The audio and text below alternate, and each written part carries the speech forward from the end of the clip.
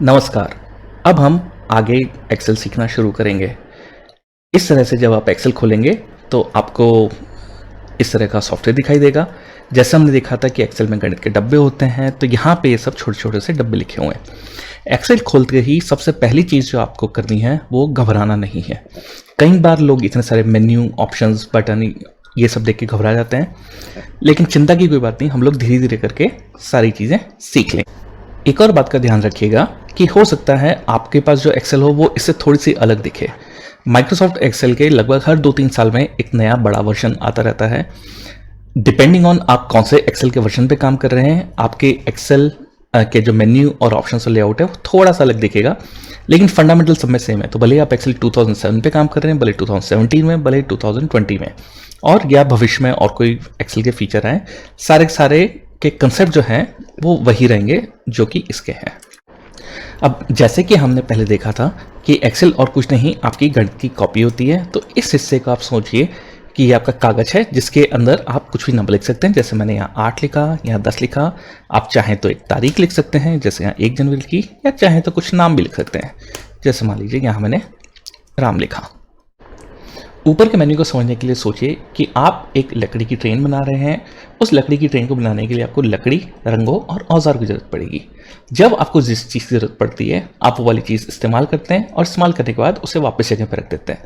ठीक उसी तरह से जैसे आपको किसी औजार की जरूरत है, आपने औजार का इस्तेमाल किया, लकड़ी किसी, वापस औजार रख दिया। आपको रंग की जरूरत है, आपने रंग लिया, लकड़ी की ट्रेन में रंग किया, वापस रख दिया। लकड़ी की जरूरत है, लकड़ी उठाई, वापस रख दी। ठीक इसी तरह से आपके ये ऊपर के मेन्यू होते हैं, जिसे एक्सेल में रिबन के नाम से जाना जाता है। अगर आपके पास एक्सेल का पुराना वर्जन है तो ये मेन्यू कहलाएंगे, नया वर्जन है तो ये रिबन कहलाएंगे। और हर रिबन कुछ कुछ काम करने के काम आता है, जैसे कि एक रिबन रंग करने के लिए हो गया, एक रिबन औजार का हो गया, एक रिबन लकड़ी का हो गया। अब अगर आपको ये रिबन और वर्क एरिया का कंसेप्ट क्लियर है तो हम वापस अपने वर्क एरिया में आते हैं। तो इस चीज़ को बोलते हैं हम वर्क एरिया। इसे आप सोचिए कि एक कागज़ का टुकड़ा है जिसमें डब्बे बने हुए हैं जिसमें आप काम करते हैं, और जो ऊपर है ये आपके सारे के सारे अलग अलग औजार हैं जिनका इस्तेमाल करके आप इसको और बेहतर बना सकते हैं। कौन से औजार और कौन से रिबन से क्या होता है वो हम बाद में सीखेंगे। अभी हम लोग पहले इस जो स्क्रीन है इससे अच्छी तरह से वाकिफ हो जाते हैं। अब हम देखते हैं हमारा एक्सेल का वर्क एरिया। तो जैसे ये एक कागज हो गया जिसके ऊपर हम काम करेंगे। इस कागज में छोटे छोटे से जो खंड हैं इन्हें हम बोलेंगे सेल। अब एक सेलों की श्रृंखला जो दाएं से लेकर बाएं तक जाती है उसे हम बोलते हैं रो, और जो ऊपर से लेकर नीचे तक आती है उसे बोलते हैं कॉलम। हर रो और हर कॉलम एक पर्टिकुलर सेल के ऊपर इंटरसेक्ट करते हैं, जिसे हम बोलते हैं सेल। जैसे कि ये है कॉलम ई और रो 6, तो इस सेल का एड्रेस हो गया E6। ऐसे ही मान लो मुझे D3 पे जाना है, यानी कि कॉलम का नाम हो गया D और रो का पता हो गया 3, तो D कॉलम और 3 रो को हम D3 बोलेंगे। अब हम इस एरिया में बाकी चीज़ों को भी जान लेते हैं। जैसे नीचे ही हो गया जूम बार, जिससे हम एक्सेल को छोटा और बड़ा कर सकते हैं। इसे बोलते हैं फॉर्मूला बार। तो किसी भी सेल के अंदर अगर कुछ भी लिखना हो तो हम यहाँ पे भी लिख सकते हैं। जैसे ये नंबर 8 लिखा तो यहाँ नंबर 8 आ गया। चाहे तो आप इसे नंबर 10 कर सकते हैं, तो ये नंबर 10 हो गया। फॉर्मूला बार और वैल्यू का मतलब हम आगे जाकर सीखेंगे, लेकिन अभी के लिए समझ लीजिए कि इस चीज़ को फॉर्मूला बार कहते हैं।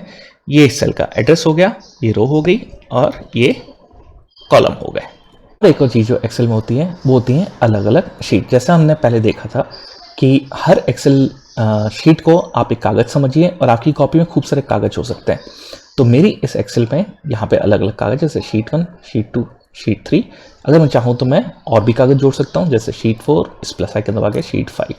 तो हर एक चीज़ एक और कुछ नहीं, एक नया कागज़ है। अब हम देखेंगे कि हमने आज क्या क्या सीखा। रिबन यानी कि ऊपर का एरिया जिसमें अलग अलग टूल्स बने हुए हैं। वर्क एरिया जहाँ पे आप काम करते हैं, मतलब आपका कागज़ का पन्ना जिसमें छोटे छोटे से चौकोर चीज़ें बनी हुई हैं। रो और कॉलम के नाम, रो के नाम हो गए 1, 2, 3 इस तरह से। कॉलम के नाम हो गए A, B, C, D, ये हो गया आपके कॉलम। सेल का नेम, हर कॉलम और हर रो एक ना एक सेल पे टकराएंगे। जैसे ये वाला कॉलम हो गया C5। फॉर्मूला बार जहाँ पे आप ऊपर जाके चीज़ें लिख सकते हैं, चेंज कर सकते हैं। जूम बार जिससे आप अपनी एक्सेल छोटी और बड़ी कर सकते हैं।